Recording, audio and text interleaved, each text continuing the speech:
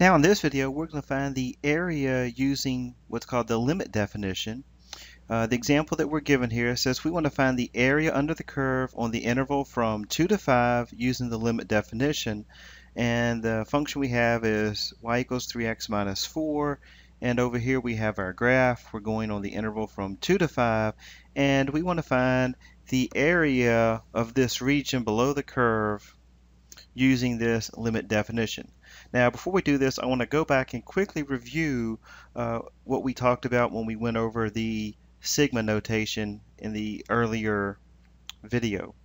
If you recall, the video here we talked about the sigma notation, and we looked at how we could use the summation formulas here to simplify our sigma notation, the sum.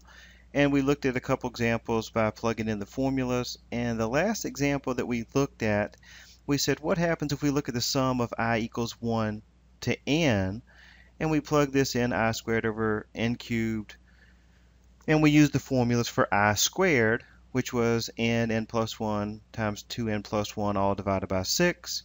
We simplified this expression, and then we said, what happens if this upper limit n goes to infinity? So then we took the limit as n approaches infinity, and here we found out that we had 2n squared on top, 6n squared on the bottom, so therefore the limit would simply be the ratio of 2, 6, which is 1/3.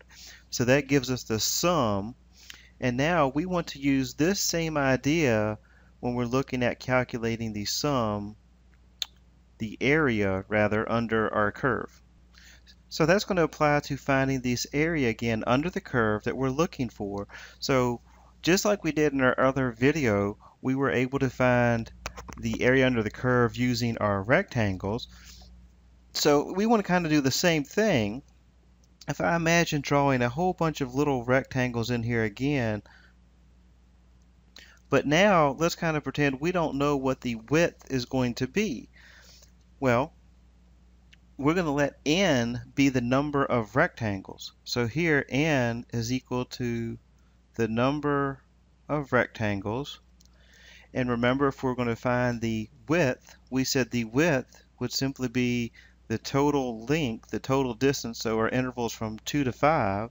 So that's 5 minus 2 divided by the number of rectangles. Well, we're going to say that's going to be n. So we would end up with 5 minus 2, which would be 3 over n. And if we set up our sum, now we looked at the sum of several different rectangles before, so now instead of the sum of 5 or 4 or 8, we're looking at the sum of n rectangles. And for the summation, we would look at I equals 1 to the number of rectangles, n. And if we were looking for the width of each of these rectangles, the width is simply going to be 3 over n. So there's 3 over n. And then we need to calculate the length, or what we may call the height of the rectangle now. So if this is the width, how can we calculate the height? Or sometimes we call this the length. So the height of this rectangle here is going to simply be from here up to the curve. So again, we're looking for the y value, and we found that before by taking f of, in this case, the width is 3 over n, so that would be 3 over n times I. Okay.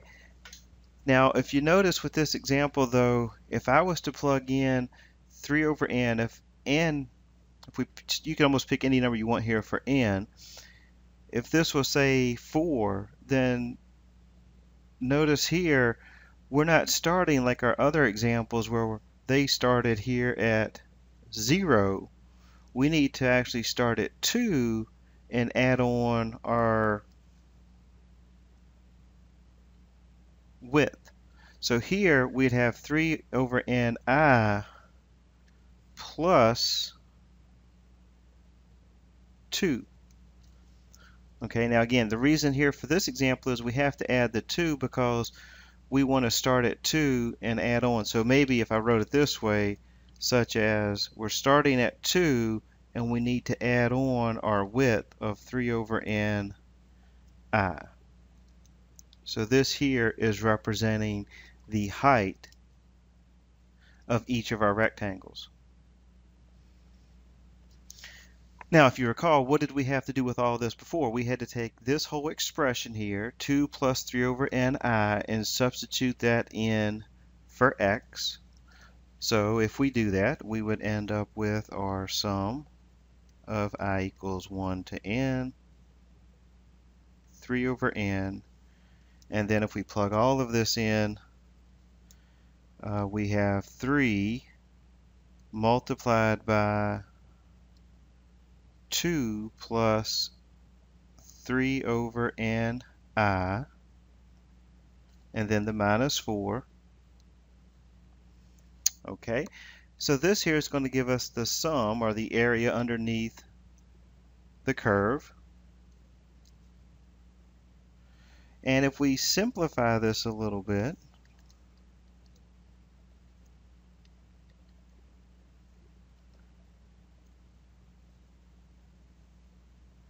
we have our 3 over n, and on the inside here we can take and we can multiply here 3 times 2, which is going to give us 3 times 2 is 6, and I'm going to go ahead and take and subtract the 4, so 6 minus 4 is going to give us 2. Okay, and then we would take the 3 times the 3 over ni, so 3 times 3 is 9, so that's plus 9 over ni.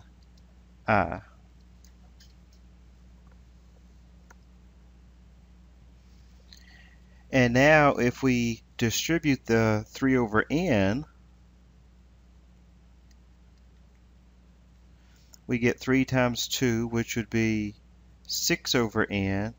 And I'm actually going to do this first part so we can have the I in the front. So if we get 3 times 9, we would have 27, and then n times n would be n squared times I.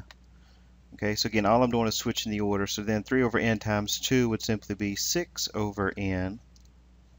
All right. Now, we want to use those formulas that we talked about before. If we recall that we had the sum of I was equal to n times n plus 1 over 2, okay? And the sum of our constant was simply equal to the constant multiplied by n. Now these are the two formulas we have to use here. So we want to eliminate the summation by using the formulas, and we have 27 over n squared multiplied by I. So here, in place of I, we're going to plug in n plus 1 over 2. And to make this a little bit easier, I'm going to go ahead and distribute. So n times n is n squared, and plus n times 1 is n, all divided by 2. And then we have the plus 6 over n. Now this is treated just as a constant because remember n is just the upper limit of our sum, so 6 over n here is a constant, so we're going to treat this like the sum of c, or constant. Then this has to be multiplied by n. So 6 over n is our c value multiplied by n. And I'm going to warn you now, be careful with this part here with this constant term. Most people forget this because usually when you're using these sum formulas, everybody's looking for an I squared, or I cubed. But don't forget, if you have a constant that's all by itself, then you have to take the constant and multiply that by the n. So now notice by plugging in the formulas, we've eliminated the sum. So at this point, all I'm going to do is simplify this expression a little bit to make it easier to work with. And to do so, we can take and distribute the 27, and we would end up with 27n squared plus 27n, and this is all over n squared times 2, so that's 2n squared. And the n's cancel over here, 6 over n times n, so you're left with 6, and that's going to be very important, and you'll see why in a minute. So now, here's our formula, but remember, we want to find the sum of I equals 1 to n, or more specifically, if we think of this as finding the area from 2 to 5, we're summing up all of these tiny little rectangles. Now notice we wanted n to be very, very small. In other words, or I'm sorry, the n to be very, very large, and we want to know what happens if we let the number of rectangles go to infinity. So if you imagine if we were to draw an infinite number of rectangles, what's happening to our width? Let me say that again. If we draw an infinite number of rectangles, what's happening to the width? So if n here gets very big, then our width is getting extremely small. And it's getting so small that we're not going to have any extra area, or we're not going to miss any. So in other words, the gap that we normally have with these rectangles when we look at the upper and lower sums, it's going to disappear. And let's see what happens. So that means we want to take here and we want to find the limit as n approaches infinity.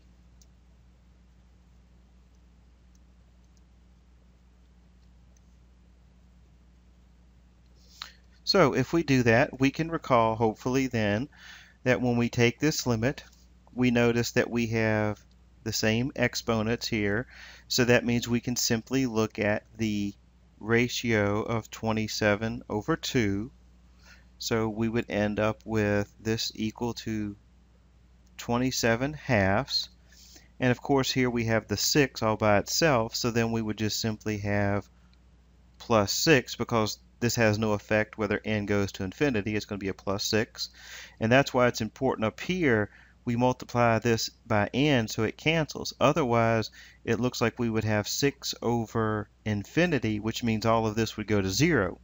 So it's important that you remember to multiply that by this constant by n, so the n's cancel, so now we get to add on 6. So we have 27 halves plus 6, which is equal to 19.5. So this here is the area of that region underneath this curve. Now let's see if we can kind of prove that. If you look at this graph here and this region we're trying to find the area of, if you notice, what do we really have? Let me draw this again. If we draw this out, we actually have a parallelogram. Now you may want to realize that if we take this, it's a parallelogram on its side. You may visualize it better if I was to draw it like this. So notice here we do have a parallelogram. And if you recall, what is the area of a parallelogram? Area is equal to 1/2 base 1 plus base 2 times the height. And if I label this, we have the bases, B1 and B2, are simply the two sides that are parallel. And it doesn't matter which one you call B1 or B2. And the height is the distance between the two bases, so this here would be our height.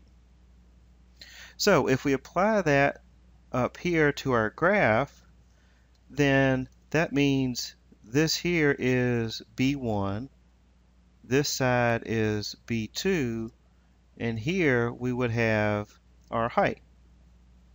So if we try to calculate the area here, we would have the area is equal to 1/2 B1. So we're looking for the distance here. Well, if we want to know this actual distance, then we know the x value is 2. So we need to know, what is this y value over here?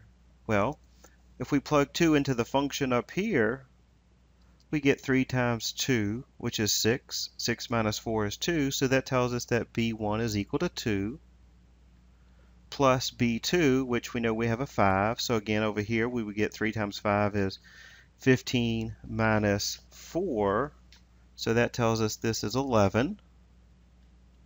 And then the height, we're looking for the distance between the two parallel lines. Well, if we're going from 2 to 5, clearly 5 minus 2 is 3. And if we perform the calculations, 2 plus 11 is 13, times a half, times 3, we get 19.5. Now, we know that from this formula, this is the exact area. And if you notice, we came up using this limit process, this limit definition here, by n going to infinity, we had the same answer of 19.5. So that proves that here, when we summed up all of these tiny infinite number of rectangles, that actually gave us the exact area under the curve. And that's what we're looking at trying to do with this limit definition. And later on, we're going to look at some other processes that we can simplify this so that we can easily calculate the area beneath this curve. So to review quickly here, what we just did is we had our function 3x minus 4, and we wanted to calculate the area under the curve going from 2 to 5. And we had to come up with our width, which is going to be the total length, which is 5 minus 2 divided by n, because n is the number of rectangles. And this time, instead of having a specific number, we're just going to use n to represent the number of rectangles. Plug that into our summation. And once we do that, we want to get rid of the summation by using our formulas here, sum of I and the sum of our constant. Once we plug that in, you eliminate your summation. Then you can simplify this a little bit and then take the limit as n goes to infinity, and that will calculate the sum of all the rectangles. In turn will give us the area under the curve.